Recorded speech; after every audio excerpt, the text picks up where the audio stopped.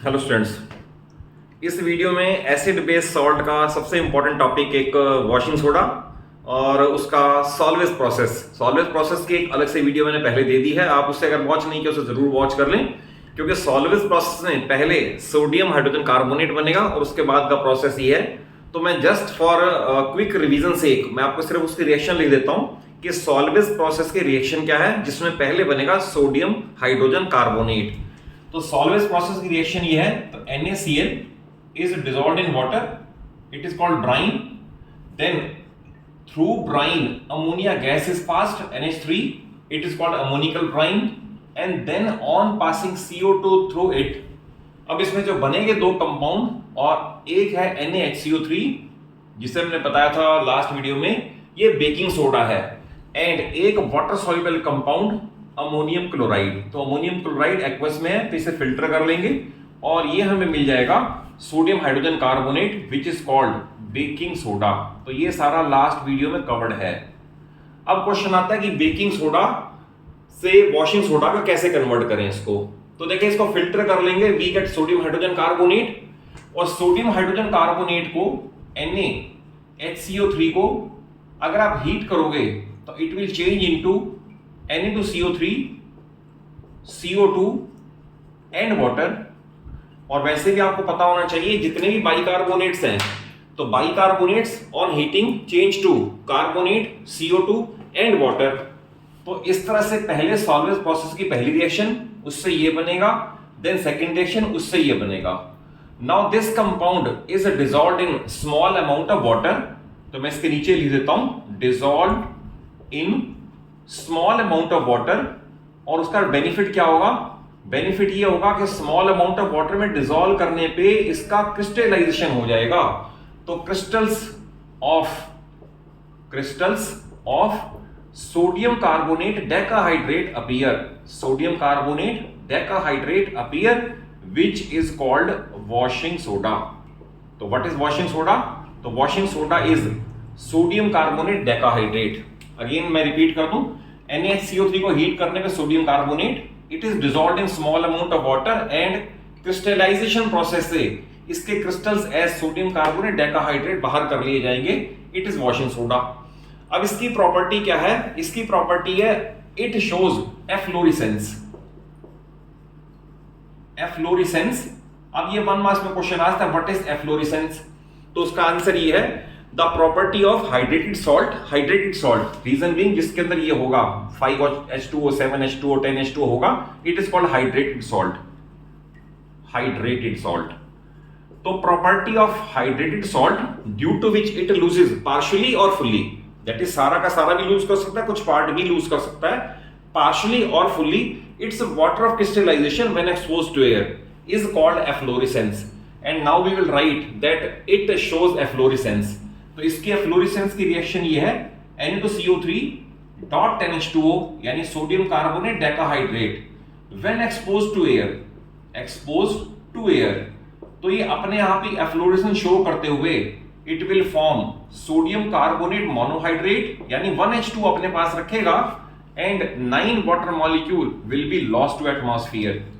तो it is sodium carbonate monohydrate. In fact ये भी वॉशिंग सोडा ही है, ये भी वॉशिंग सोडा ही है। ये फ्रेशली प्रिपेयर्ड है, बट जैसे ही एयर के टच में आएगा, एक्सपोजर होगा, एफ्लोरेसेंस शो करेगा और सोडियम कार्बोनेट मोनोहाइड्रेट में कन्वर्ट हो जाएगा।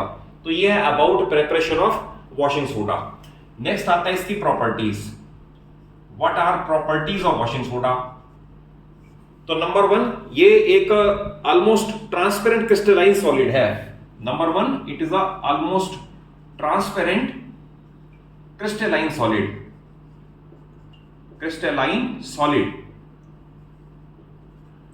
Number 2, its aqueous solution is alkaline in nature due to hydrolysis. ये बड़ा इंपॉर्टेंट है कि इसका aqueous solution it is alkaline in nature due to hydrolysis. Reason being, sodium carbonate जब वाटर में डिसॉल्व होगा तो इसका कुछ पार्ट इसके पेरेंट बेस और पेरेंट एसिड में कन्वर्ट हो जाएगा। NaOH is it's parent base and carbonic acid is it's parent acid. Obviously acid plus base salt plus water था, तो इसमें ये बड़ा स्ट्रॉन्ग बेस है, ये है स्ट्रॉन्ग बेस। तो तो इस स्ट्रॉन्ग बेस की वजह से ही, इसी रीजन से ही इसका एक्वस सॉल्यूशन एल्कलाइन नेचर है।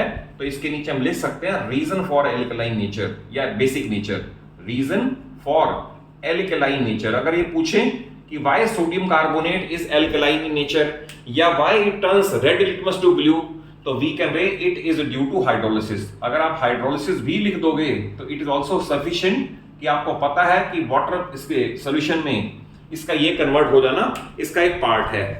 नेक्स्ट आता है इसका रिएक्शन विद एसिड।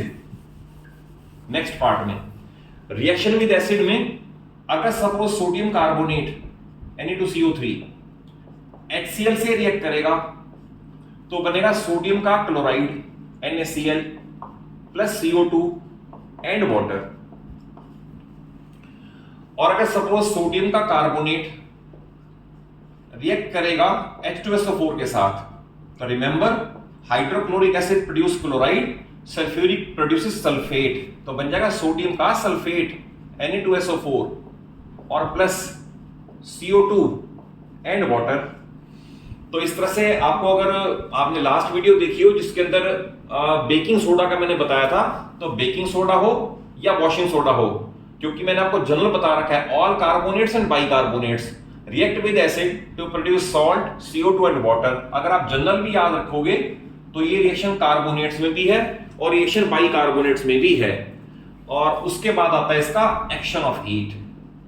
तो एक्शन ऑफ हीट में हम ये लिखेंगे कि अगर आप इसे हीट करोगे तो हीट करने पे ये सारा ही वाटर ऑफ क्रिस्टलाइजेशन लूज कर देगा।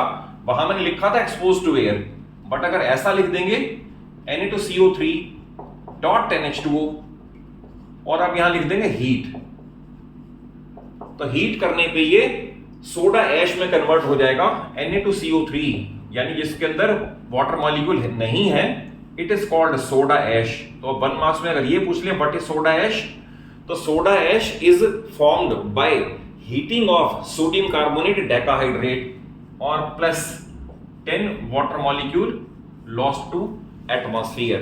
तो सोडा ऐश का भी बता दिया, सोडियम कार्बोनेट डेकाहाइड्रेट बता दिया, मोनोहाइड्रेट भी बता दिया, और इसके अंदर जो इंपॉर्टेंट है एफ्लोरेसेंस, वो इसकी प्रॉपर्टी भी बता दी।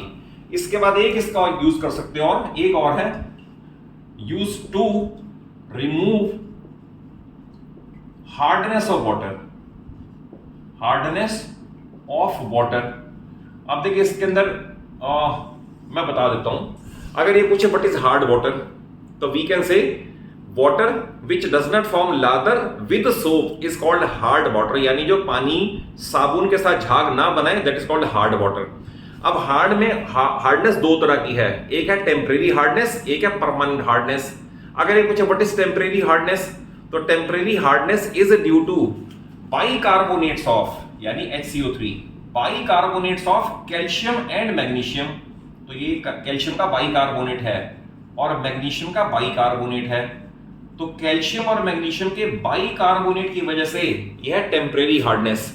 और व्हाट इज परमानेंट हार्डनेस, तो कैल्शियम और मैग्नीशियम के क्लोराइड और सल्फेट की वजह से, कैल्शियम और मैग्नीशियम के क्लोराइड और सल्फेट की वजह से जो हार्डनेस है that is called permanent hardness.